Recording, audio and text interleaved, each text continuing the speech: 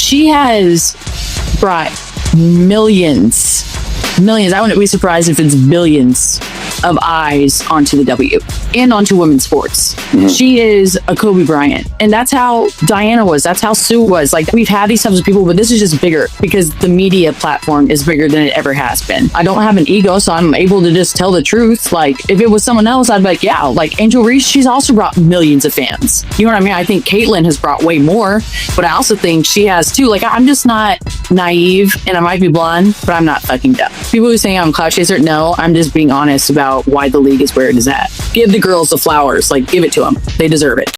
At last, the truth is being revealed. And it's coming from a voice that has never been afraid to speak the harsh reality. Sophie Cunningham is no longer willing to stay silent. She cannot stand by and watch the WNBA belittle the very player who pulled the league out of obscurity and gave it new life. Now, she's speaking out with full force and fearless honesty.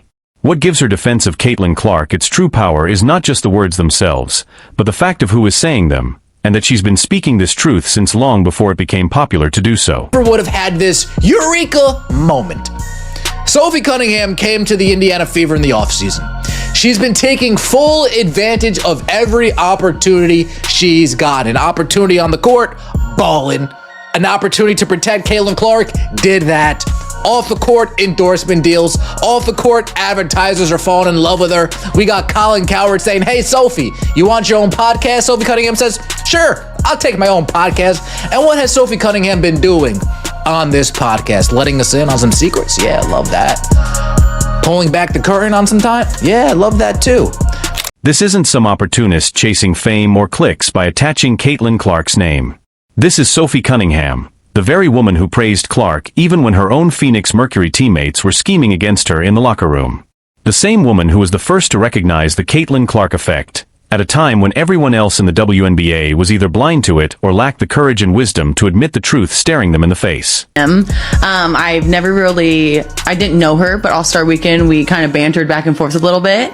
And she's lovely. She has a lot of pressure on her shoulders. And I think a lot of people always have a lot to say with people they don't even know or shoes they've never been in. And for me, I think she's handling the pressure very well. She's doing a lot of great things for women's basketball. And I'm a fan. Like, I would. If you're enjoying this, don't forget to subscribe. While most WNBA players were ranking Caitlin Clark as only the 9th best point guard in the league, Sophie Cunningham had already called her a rare gem and expressed her desire to play alongside her. This was back when Clark had yet to provide undeniable proof of her greatness. The ratings hadn't come in, and the attendance numbers hadn't been counted. It was a time when veteran players were still firing arrows of criticism at her, simply because, in just her sophomore year, she was bringing a brilliance to a struggling league that they couldn't handle. See all this vitriol of people who cannot stand her. It's like, okay, well, what has she done wrong? Yeah, she's a great basketball player, so you might not think it's fair that she's the face of the league, and that's understandable, because there have been fantastic players in the WNBA for a long time. But Caitlin didn't disparage them. She just came in and kind of changed the game with her style. So I think it's one of those things where you have to say, okay, maybe I don't think it's fair based on the previous women who have been in this league, but it's not Caitlin's fault. All she's done is elevate the game for all of us. And I think instead of being pissed off about that, you should be appreciative of that and say, maybe it's not fair, but it's not your fault. And I get other players, like they've worked hard and they've worked to build this league up over their time. And all of a sudden this young player comes in and now all the attention is on her. And the numbers can't hide the truth that Sophie Cunningham was the first to recognize. When WNBA players ranked Clark only 9th among guards in All-Star voting, despite her leading all players with more than 1.2 million fan votes, it made clear just how flawed the league's mentality really was. Dick Vitale called it pure jealousy, and he was absolutely right.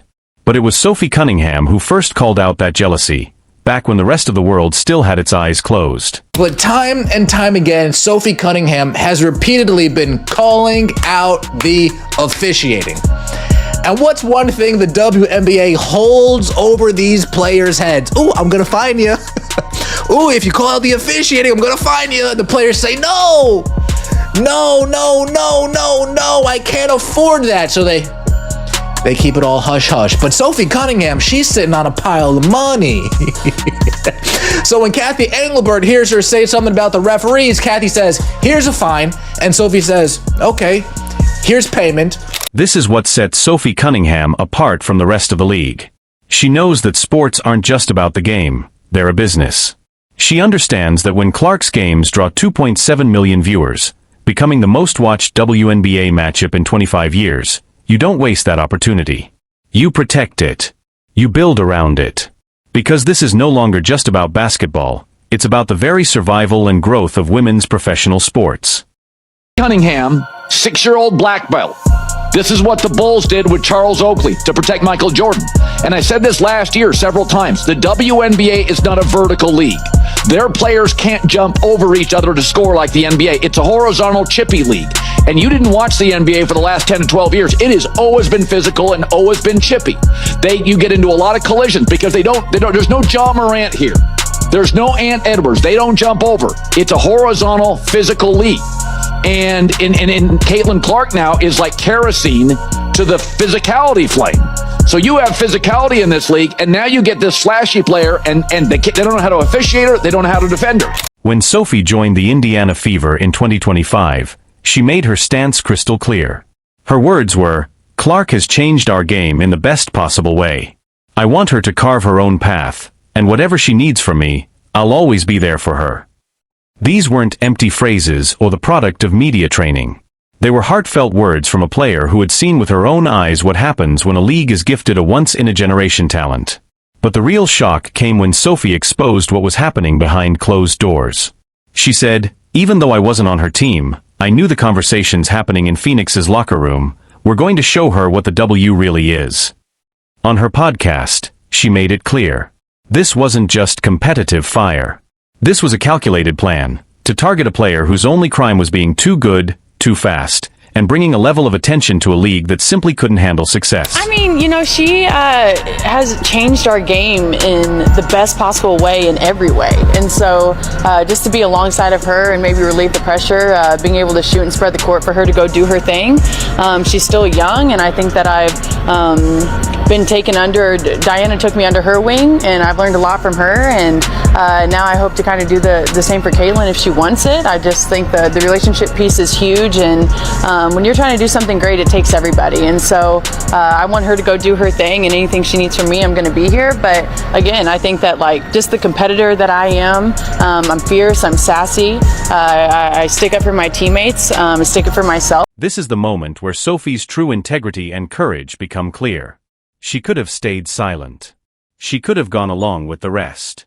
She could have brushed off the jealousy and bitterness as nothing more than rookie treatment. But she didn't. She chose to speak the truth, even if that truth made her former teammates and colleagues uncomfortable. Cunningham admitted, "Every rookie has to deal with some of it, but in her case, it's gone way too far. Now it's her second year. Being on her team and seeing it with my own eyes, I can't help but think, what are people doing? This is just too much."